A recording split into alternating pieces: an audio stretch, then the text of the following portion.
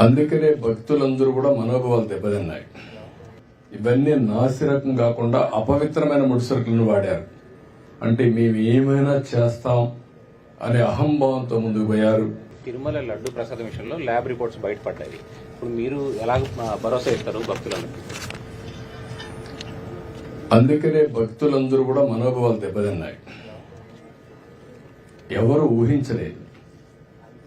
వెంకటేశ్వర స్వామి హిందువులకి కలియుగ దేవుడు. ఒక నమ్మకం, ఒక విశ్వాసం. అందుకని ఎప్పుడు కూడా అందరూ నమ్మేది, ఎవరైనా వెంకటేశ్వర స్వామికి అపచారం తలపెడితే నెక్స్ట్ జన్మలో కాదు ఈ జన్మలోనే పనిష్మెంట్ ఇస్తాడని. అలాంటి వెంకటేశ్వర స్వామి పవిత్రం చేయడం కోసం కడాన ప్రసాదాల్లో కూడా మీరు నేను ఏదైతే చెప్పానో అలాంటి ముడి సరుకులు ఏవైతే వాడారో ఇవన్నీ నాసిరకం కాకుండా అపవిత్రమైన ముడి సరుకులను వాడారు.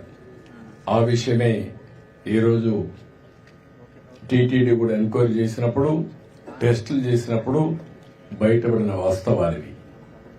ఇలాంటి దుర్మార్గుల్ని ఏం చేయాలో నాకైతే అర్థం కావడం లేదు. ఓసారి బాధ, ఆవేదన ఉంటుంది. కక్కుర్తికి కూడా అద్దులుంటాయి.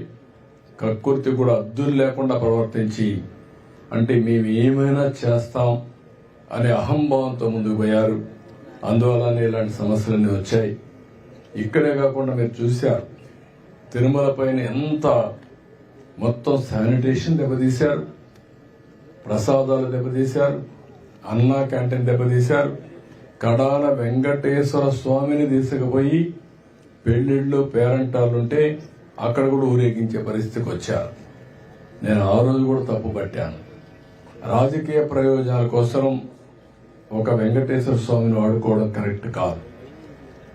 ప్రజలందరూ కూడా, హిందువులందరూ కూడా జీవితంలో ఒక్కసారైనా వెంకటేశ్వర స్వామి దగ్గర రావాలి, దర్శనం చేసుకోవాలి, అదే మరి వారి కోరికలని చెప్పుకోవాలని చెప్పి వస్తారు. అలాంటి నమ్మకమైన ప్లేస్ ని మారించడం చాలా దుర్మార్గం. ప్రక్షాళన ప్రారంభించాం. ఇప్పటికే చాలా వరకు ఇంప్రూవ్మెంట్స్ వచ్చాయి. దీన్ని లాజికల్ గా తీసుకెళ్తాం. ఏవైతే మాకు ఆధారాలు దొరికితే అలాంటి వాళ్ళపైన కఠినమైన చర్యలు కూడా ఉంటాయి. ఎవరైనా సరే తప్పు చేస్తే శిక్షించాల్సిందే. దానికి కూడా దోవాలి. ఇంటి వద్ద తిరుమల సెట్ వేసి చాలా విన్యాసాలు చేశారు. విన్యాసాలు చేసి పైశాచిక ఆనందాలు పొందారు. అందుకే నేను చెప్పింది ఏంటంటే, ఈ రోజే కాదు చాలా రోజులు భక్తులందరూ మనోభావాలు దెబ్బతిని చాలా మంది చాలా విధాలుగా బాధపడ్డారు.